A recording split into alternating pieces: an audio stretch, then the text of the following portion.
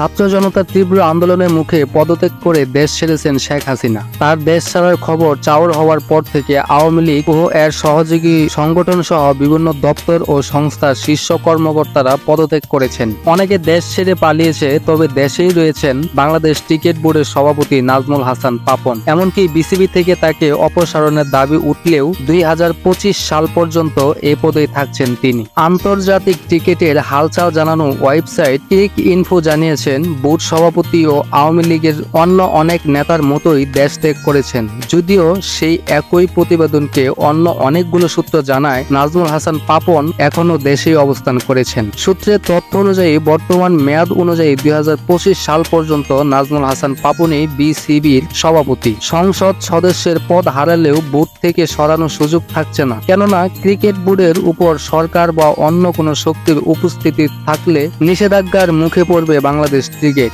গেল বছর লঙ্কান ক্রিকেট বোর্ডকে সরাসরি হস্তক্ষেপের অভিযোগে নিষেধাজ্ঞা দিয়েছিল ক্রিকেটের সর্বোচ্চ নিয়ন্ত্রক সংস্থা আইসিসি। বিজ্ঞপ্তিতে জানানো হয়েছিল, শ্রীলঙ্কা ক্রিকেট সদস্য হিসেবে গুরুত্বপূর্ণ বিধিনিষেধ লঙ্ঘন করেছে।